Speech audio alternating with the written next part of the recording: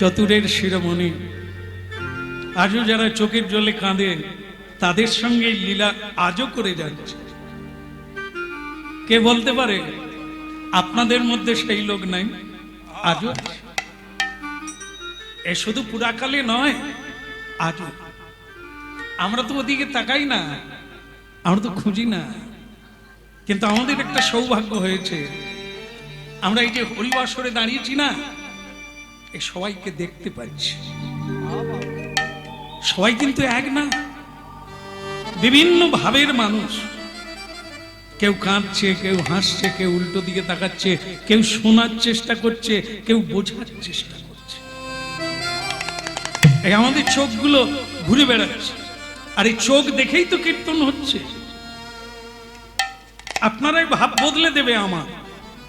আপনারা যদি বদলে যান, আমিও বদলে যাব। আপনারা যত পিপাসক্ত হয়ে যাচ্ছেন, শোনার জন্য উন্মুখ হয়ে আছেন, আমি তত গভীরে ডুবে যাচ্ছি। এটা অন্য কিছু না, চোখ। আপনাদের চোখই বলে দেবে আপনি কি চাইছেন, আর আমার ভেতর থেকে ভগবান সেই কথাগুলো বের করবে। ভালো লাগে, হ্যাঁ, আপনাদের শোনার যে উদ্যম, যে আগ্রহ, এটি ভগবান কৃপা করবে। কোন কীর্তনিয়ার সাধ্য নাই আপনাদের ইচ্ছা পূরণ করে। আমারও ইচ্ছা তিনি পূর্ণ করবেন, আপনাদেরও ইচ্ছা তিনি।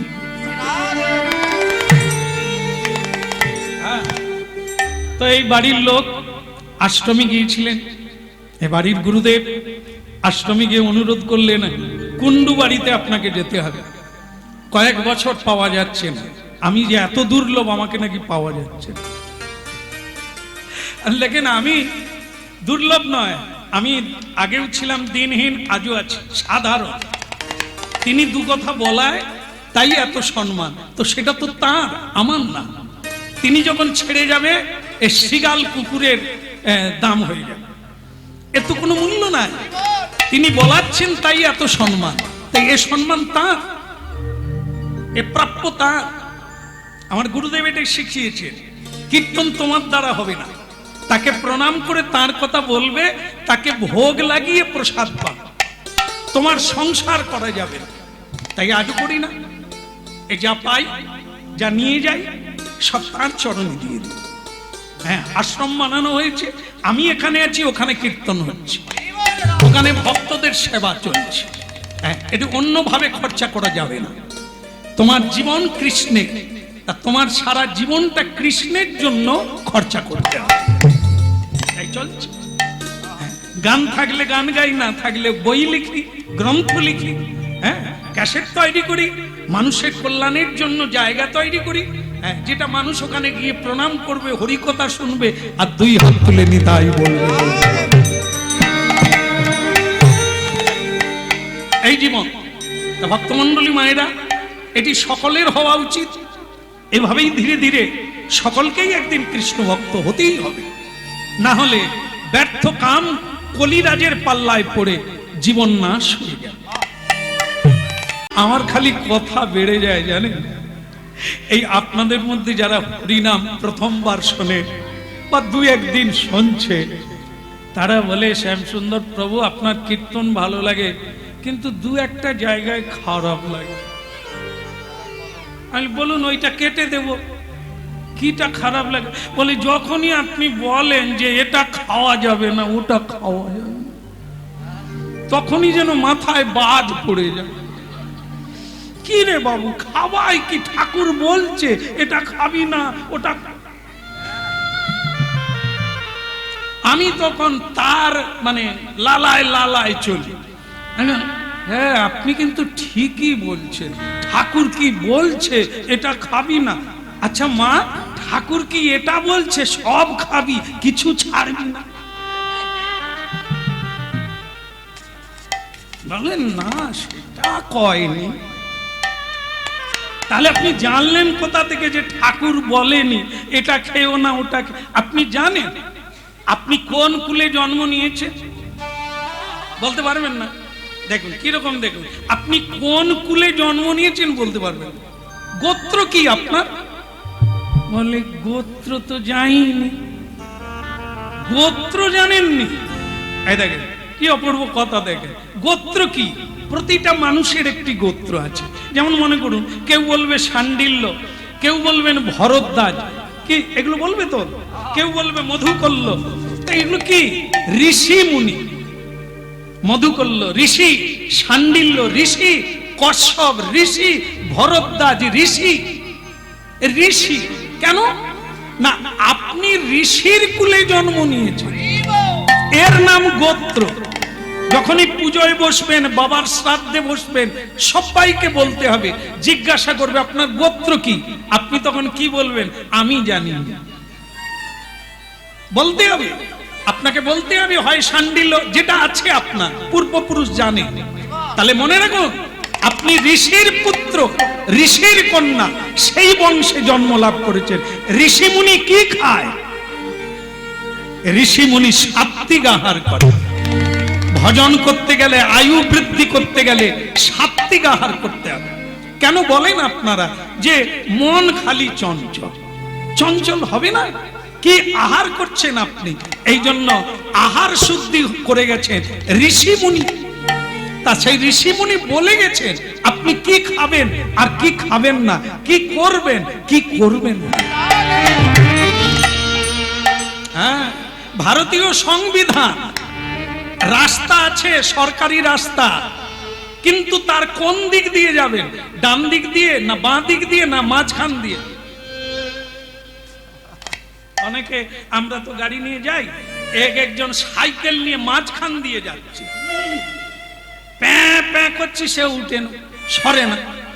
তারপরে একটু সরলো, আমরা কাছে গিয়ে বলি ভাইয়া রাস্তা দিচ্ছ না কেন? সে বলে তোমার বাবার রাস্তা, সরকারের রাস্তা, আমি যেখান দিয়ে খুশি যেতে পারি, তোমারও অধিকার আছে আমারও অধিকার।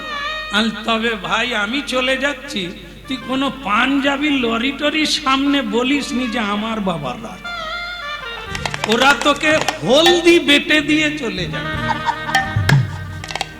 ওরে হতভাগা, তুই তো সাইকেল কিনেছিস, তার তো লাইসেন্স নাই, তুই শিখবি কোথা দিয়ে যে রাস্তার কোন দিক দিয়ে যেতে হয়।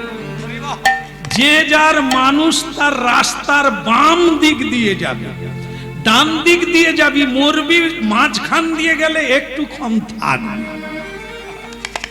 তাহলে রাস্তায় চলতে গেলে নিয়ম আছে, আর মানুষ বেঁচে থাকতে কোনো নিয়ম নাই, অবশ্য আছে। বলো রাধে রাধে। হ্যাঁ, কি সমস্যা হয়েছে? কিছু হয়েছে সমস্যা? বন্ধ করে দেবো? চলছে চলুক নাকি? হ্যাঁ, দেবেন তো, দেবেন নাকি? আপনি দেবেন বললে আমার যে কি ভালো লাগে। হ্যাঁ, টাকা বের করেছে দেবে। হ্যাঁ মা দেবেন না, এখন ওইটা দেখিয়ে বসে থাকুন, বসে পড়ুন, এখন বসে পড়ুন। ওই যে আমি দেখে নিয়েছি না, আমার মন আনন্দ ভরে গেছে, দেবে। তার মানে এখন না হলেও পরে হলেও।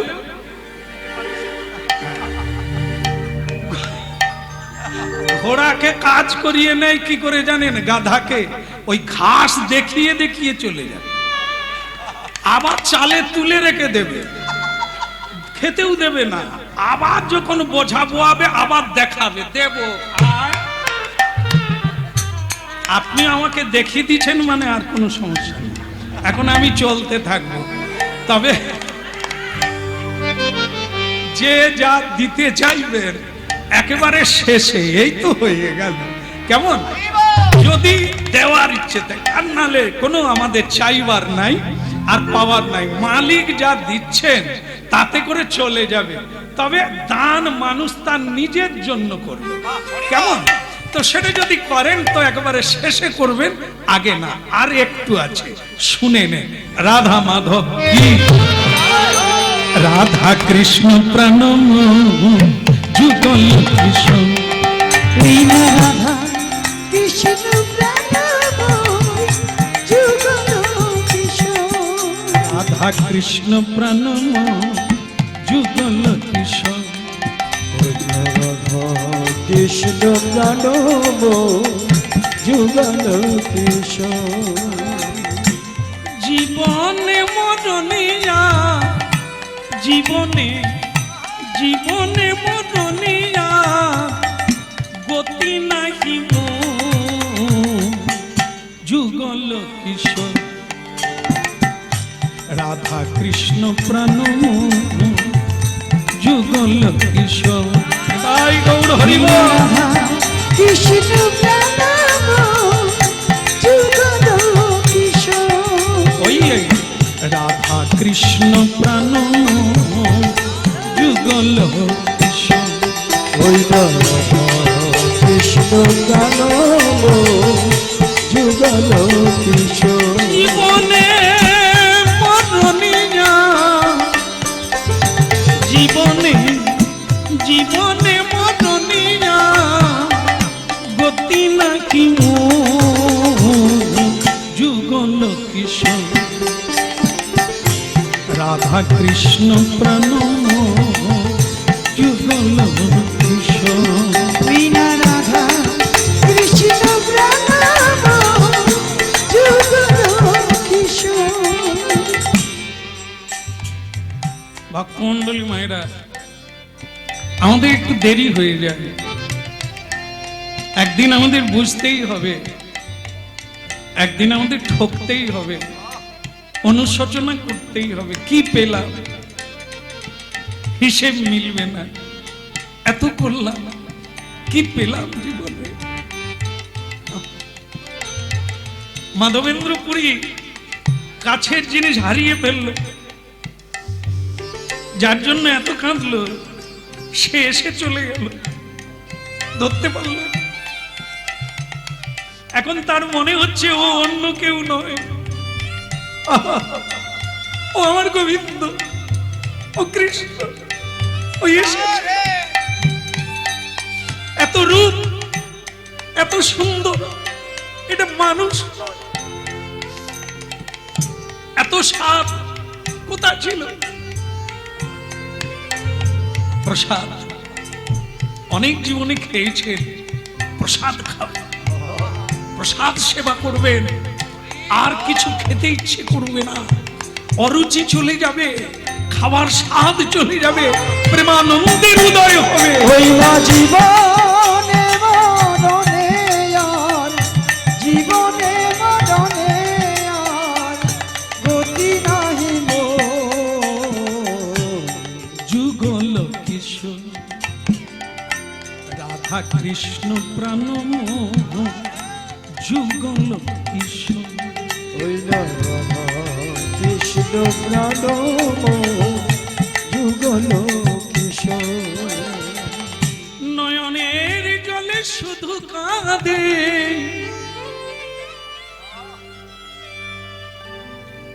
রাত্রি হয়ে গেল, হরিনাম করে করে রাত্রি হয়ে গেল, আর স্বপ্নে দেখলেন কি? স্বয়ং কৃষ্ণ ভগবান তার হাতে ধরে টেনে নিয়ে যাচ্ছে। মাধব, তুমি ঘুমোচ্ছ আর আমি মাটির তলায়, এসো।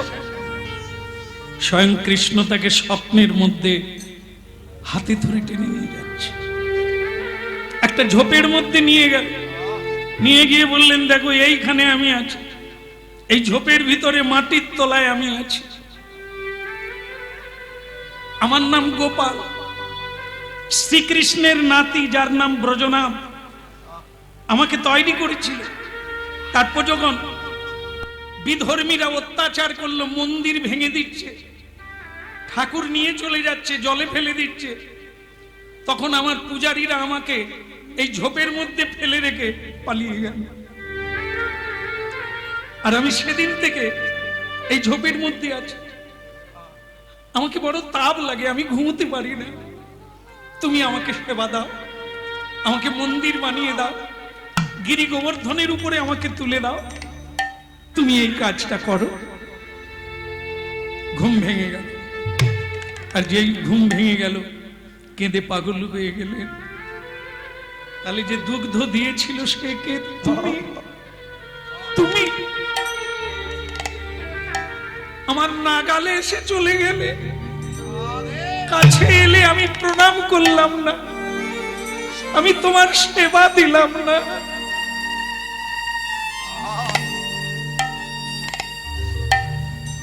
দাঁত থাকতে দাঁতের মর্ম বুঝি না, যখন সাধু থাকে কাছে যাই না, যখন গুরু থাকে প্রশ্ন করি না, সঙ্গ করি না। যখন তারা চলে যায় আমরা তখন কাঁদি, গেলে ভালো হতো, কিছু নিলে বেঁচে যেতাম। এই হলো মানব জীবন। কেঁদে পাগল হয়ে গেল ঠাকুর, আমি তোমায় চিনতে পারিনি, তুমি এসেছিলে আমার কাছে, আমি তোমায় ধরতে পারিনি।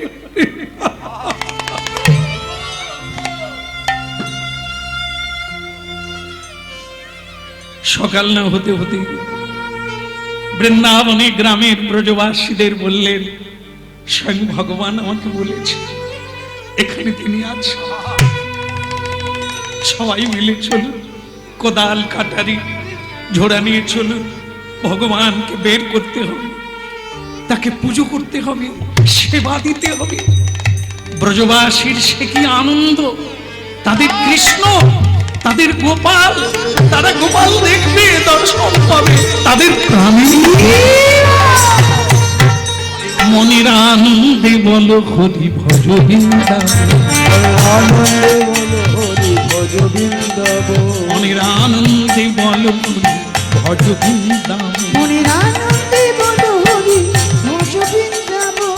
শ্রী গুরু বৈষ্ণব পদে মজাইয়াম, শ্রী গুরু বৈষ্ণব পদে মজাইয়াম, আনন্দে বলো হরি ভজ বৃন্দাবন, মনের আনন্দে বলো হরি ভজ বৃন্দাবন।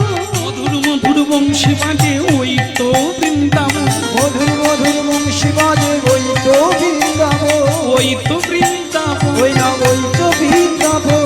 মধুর মধুর বংশী বাজে ওই তো বৃন্দাবন, ওই মধুর মধুর বংশী বাজে ওই তো বৃন্দাবন। আজও বাজে রে, এখনো বাজে রে, আজও বাজে রে, আজও বাজে রে, মধুর মধুর ধ্বনি বাজে আজও বাজে রে। মধুর বাজে ধ্বনি বাজে আজও বাজে রে। এই জয় রাধে শ্রী রাধে বলে আজও বাজে, জয় রাধে শ্রী রাধে বলে আজও বাজে রে, জয় রাধে শ্রী রাধে বলে আজও বাজে রে, জয় রাধে শ্রী রাধে বলে আজও বাজে, জয় রাধে শ্রী রাধে বলে আজও বাজে রে। জয় রাধে শ্রী রাধে বলে আজও বাজে রে। এই তো মধুর বৃন্দাবন, এই তো মধুর বৃন্দাবন, মনের আনন্দে ভজ হরি ভজ বৃন্দাবন, মনের আনন্দে বলো হরি ভজ বৃন্দাবন। মধুর মধুর বংশী বাজে এই তো বৃন্দাবন, মধুর মধুর বংশী বাজে এই তো বৃন্দাবন। সবার আনন্দ আর ধরে না, আনন্দ ধরে না, আনন্দ আর ধরে না, আনন্দ ধরে না, বলে উলুধ্বনি হরিধ্বনি আনন্দ ধরে না, উলুধ্বনি হরি ধরি আনন্দ ধরে, উলুধ্বনি হরি ধরি আনন্দ ধরে, উলুধ্বনি হরি ধরি আনন্দ ধরে না, উলুধ্বনি হরি ধরি আনন্দ ধরে না, আনন্দ ধরে না।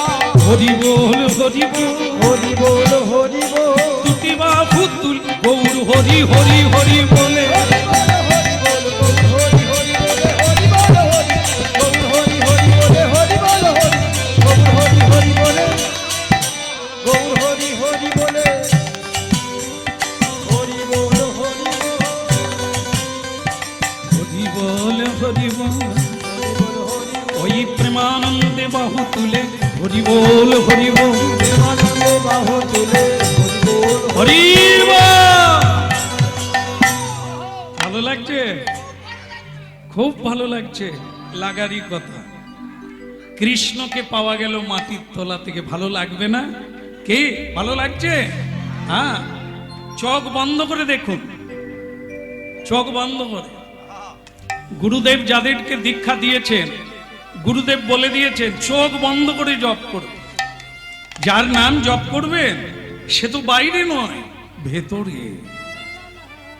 সবারই কুঞ্জ বনে আছে, সবারই হৃদয় বৃন্দাবনে আজও আছে। শুধু আমাদের একটু সাধনা চাই, তাকে দেখার একটা ইচ্ছে চাই, তাকে দেখার একটা পিপাসা চাই। তবেই তোমার কাছে মুরলি ধরে প্রকাশ হবে, চোখ বন্ধ করে দেখবে হৃদয় বৃন্দা। এখনো সেই বৃন্দাবনে বাঁশি বাজে বাজে রে, এখনো সেই বৃন্দাবনে বাঁশি বাজে বাজে রে। তার বাঁশি শুনে বনে বনে ময়ূর নাচে নাচে রে, এখনো সেই বৃন্দাবনে বাঁশি বাজে বাজে রে, এখনো সেই বৃন্দাবনে বাঁশি বাজে বাজে রে। গিরি গোবর্ধনের ওপরে তোলা হলো গোপালকে, কি অপূর্ব দেখতে, এত ভারী, বহু লোকজন দিয়ে তাকে গিরি গোবর্ধনের উপরে তোলা হলো। এবার ঘোষণা করা হলো 108 কলসি গোবিন্দ কুণ্ড থেকে জল এনে অভিষেক করানো হবে, তারপরে ভোগ লাগানো হবে। 500 জন পূজারি রান্না করবে। কতজন? তাহলে কতজন খাবে? সারা ব্রজবাসী খাবে, নানা জায়গা থেকে লোক এসেছে, সবাই প্রসাদ পাবে। ভক্তমণ্ডলী মায়েরা, সবই ঠিক হলো, রান্না বান্না হলো, সবই হলো, কিন্তু মজার বিষয় হলো যা ভোগ লাগিয়েছিল সব খেয়ে নিয়েছে। আসলে অনেকদিন তো খায়নি, সব খেয়ে নিয়েছে। এই যে এখন দেখবেন অনেকে আছে না, লোকের বাড়িতে মহোৎসবের প্রসাদ পেতে গেলে আবার টিফিন কারি নিয়ে যায়। আপনাদের এখানে বোধহয় সে জিনিস নাই, ওই এখানেও আছে, তাহলে তো ঠিকই আছে। হ্যাঁ, আমাদের তো হ্যাঁ, না না, আমি তো আপনাদের দেখিনি কোনোদিন। হ্যাঁ, তা যাই হোক, এরকম আছে, আমাদের ওখানেও আছে। তা যাই হোক, খাবে আবার নিয়ে চলে। বৃন্দাবনেও এরকম যারা নিমন্ত্রণ পেয়েছিল সবাই এইছে, আসার সময় আবার গামলাও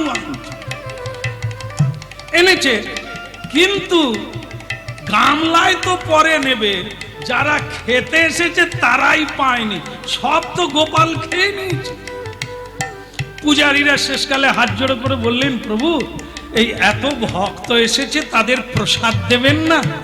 গোপাল বলে, তবে আগে যেরকম ছিল সেরকমই থাক। মানে যেরকমই রান্নার স্তূপাকার হয়েছিল আবার সেরকম করে দিয়ে দিলেন। এর নাম কি হলো? মহাপ্রসাদ। মানে ভগবান উদ্গার করে দিলেন, যা সেবা করেছিলেন আবার দিয়ে দিলেন, সেটারই নাম হলো প্রসাদ। জনে জনে আনন্দে আত্মহারা, প্রতিদিন মহোৎসব চলতে লাগলো। মানুষ বলছে আজ আমি ভোগ লাগাবো, যত ভক্ত সবাই প্রসাদ পাবে, আমি সব খরচা দেব। এরকম দিনের পর দিন চলতে লাগলো, দিনের পর দিন অন্নকূট মহোৎসব হতে লাগলো। বৃন্দাবনে আজও বাঁশি বাজে রে, এখনো সেই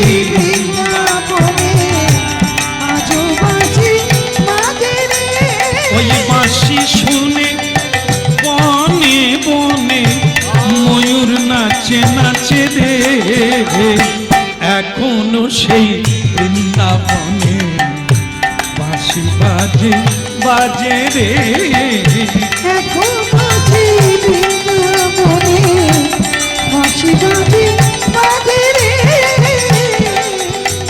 এখনো সেই রাধা রানী বাঁশি শুনে পাগলিনী, এখনো সেই রাধা রানী বাঁশি শুনে পাগলিনী। এখনো বৃন্দাবনে গেলে দেখবেন নিধু বনে সন্ধ্যার পরে কেউ থাকে না, থাকলে আর সে বাঁচবে না, বেঁচে থাকলেও কথা বলতে পারবে না, না হলে চোখে দেখতে পাবে না। আজও সেই লীলা নিধুবন, আজও রাধারানী লীলা করেন। এই তো সেদিন মেদিনীপুরের ছেলে রাধারানীর নূপুর কুড়োলো, মেদিনীপুরে, এখন যেটা পশ্চিম মেদিনীপুর, খড়গপুরে বাহাদুরপুর গ্রাম ধারেন্দা, সেই জায়গায় শ্যামানন্দ প্রভুর জন্ম। সে মেদিনীপুরের ছেলে, বৃন্দাবনে ঝাড়ু দিচ্ছিল নিধুবনে, রাধারানী নুপুর কুড়িয়ে পেল এই কলিকা। রাধে রাধে। এই তো সেদিন 4-5 বছর। এখনো সেই বৃন্দাবনে বাঁশি বাজে বাজে রে, এখনো সেই বৃন্দাবনে বাঁশি বাজে বাজে রে। এখনো সেই রাধারানী বাঁশি শুনে পাগলিনী, এখনো সেই রাধারানী বাঁশি শুনে পাগল রে।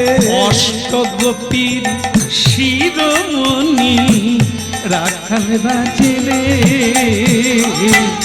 এখনো সেই বৃন্দাবনে বাঁশি বাজে বাজে রে।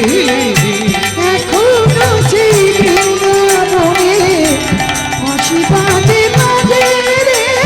শ্যামের বাঁশি শুনে বনে বনে, বাঁশি শুনে বনে বনে ময়ূর নাচে নাচে রে, এখনো সেই বৃন্দাবনে বাঁশি বাজে বাজে রে। এখনো সেই বৃন্দাবনে বাঁশি বাজে বাজে রে। এখনো সেই মাধবেন্দ্রপুরী। আগে প্রভু গরম লাগছে, গরম লাগে না? আপনাদের গরম লাগছে না? হ্যাঁ, পাখা চলছে। ভগবান কৃষ্ণ গোপাল বলছে আমাকে গরম লাগছে। অনেকদিন মাটির তলায় ছিলাম তো, তাই আমার শরীরের তাপ যাচ্ছে না। তাহলে কি করব প্রভু? মলয় চন্দন, মলয় চন্দন এনে আমার গায়ে মাখাও, ঠান্ডা হয়ে যাবে। কোথায় পাবো? উড়িষ্যা প্রদেশে নীলাচল পুরীধাম, সেখানে গিয়ে জগন্নাথের পান্ডাদের বলবে ওদের কাছে মলয় চন্দন আছে। তা বৃন্দাবন কোথায়, উড়িষ্যা কোথায়? তখন এরকম যানবাহন ছিল না, পায়ে হেঁটে যাতায়াত করতে। মাধবেন্দ্রপুরীর বয়স হয়ে গেছে, কিন্তু একটা জিনিস ভালো লাগবে আপনাদের শুনে, এই যে উদ্যমেন হি সিদ্ধন্তি ন কার্য। এই এখন দেখেন না, আমরা যেখানে হরিনাম গাইতে যাই, এই একটু গিয়ে বসলাম তো, এই কত ভক্তরা দেখা করতে আসেন। আসলে কি হবে মা, অধিকাংশ ব্যক্তি নুইতে পারেন, বলে প্রভু মেনে নেন আমি নুইতে পারি। কে আবার বলে আমার হাঁটু ভাঁজ হয়, আবার কেউ বলছে আমি বসে পড়বো আর উঠতে পারবো না। আমি তখন খালি বলি সব লোকের কি খারাপ হয়ে গেছে পা। হ্যাঁ, প্রায় লোক আর নুইতেও পারেনি, আপনাদের মধ্যে সেরকম কেউ নেই, বলে কেউ বাকিও নেই। কি বলে রাধে রাধে, কি করে হলো এরকম বলুন তো? আসলে এই জন্য ওই 1 কিলোমিটার রাস্তা যাবে, যানবাহন ছাড়া 1 পাও চলবে না, তাই পার কোনো কাজে লাগে না। বাড়িতে কাজ করবে কাজের মেয়েরা, আর এনারা শুধু রিমোট টিপবে। তাই এদের গাড়ির চাকা জং ধরে যাবেন।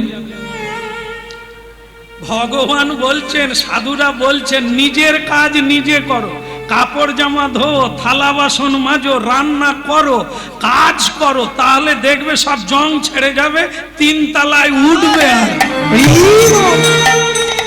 এই জন্য দেখুন, আপনারা দেখুন, ভেবে দেখুন, কীর্তন করুন এরকম। এটা কি সকালবেলা আমরা তো কীর্তন গিয়ে যখন বাড়ি ফিরি সকাল হয়ে যায়, ভোর, সারা গাড়ির বাঁধে খালি মাও করে আর বাবা খালি মা। আপনারা কি কীর্তন করছেন? না না, ডাক্তার বলে দিয়েছে কোনো ঔষধে কাজ হবে না, হাঁটো প্রতিদিন 4 মাইল করে হাঁটো। কি করে পারি বলো তো? আলে মা আগে হাঁটোনি এখন হাঁটো। হ্যাঁ, ঔষধে পয়সা দেবে কাজ করবে না তো কি করে হবে? এই দেখুন না, বৃন্দাবন থেকে তাকে বলছে হেঁটে উড়িষ্যা যাও, বৃদ্ধ হয়ে গেছে, তবু তিনি না বলেন না। বলেন না যে নুইব কি করে, বলেন না যে হাঁটবো কি করে, অত রাস্তা। ওই বৃদ্ধ মাধবেন্দ্র পুরী বলছেন, প্রভু রাস্তায় যদি মরে যাই তাতেও কোনো ক্ষতি নেই, কিন্তু আপনার সেবা কাজ, আপনার আদেশ আমি মানব, আমি যাব। বৃন্দাবন থেকে পায়ে হেঁটে পুরী ধাম যাব, মলয় চন্দনে এনে আপনার গায়ে মাখাবো, আপনার গায়ের তাপ ধরিয়ে দেব। এই আর দেরি করলেন না, বেরিয়ে পড়লেন। উদাহরণ নীলা জলে শঙ্খ চক্র গদা পদ্মধর, ওই নদীলা চলে শঙ্খ চক্র গদা পদ্মধর। হরিনাম কীর্তন করুন হাতে তালি দিয়ে, তাহলে কি হবে? সব নার এই দুটো হাতে আছে। এই জন্য মহাপ্রভু একজন বড় বিজ্ঞানী, তিনি তালি দিয়ে কীর্তন কেন করতে বলেছেন? রক্ত সঞ্চালন হবে, নিদ্রা আসবে না, আলস্য কেটে যাবে, প্রাণ ভরে হানি তাই।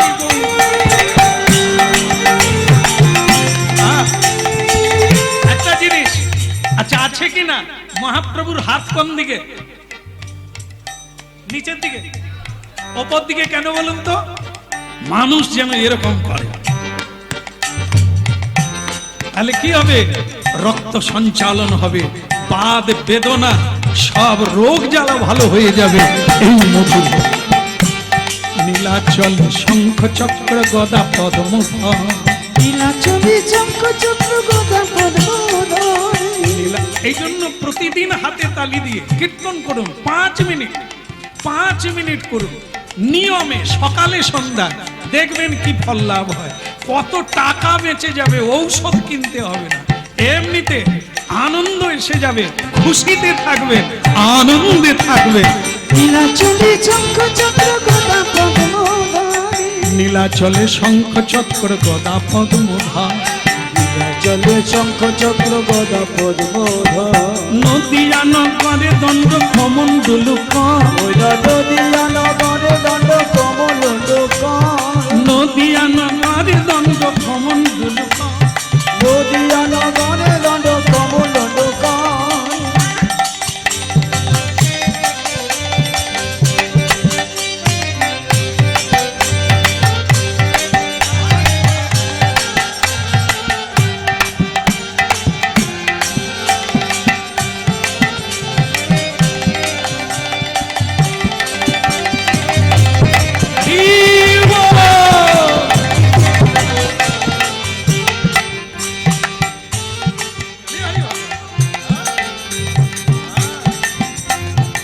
दम থাকতে কম না, বলে गिरधारी लाल की। হ্যাঁ।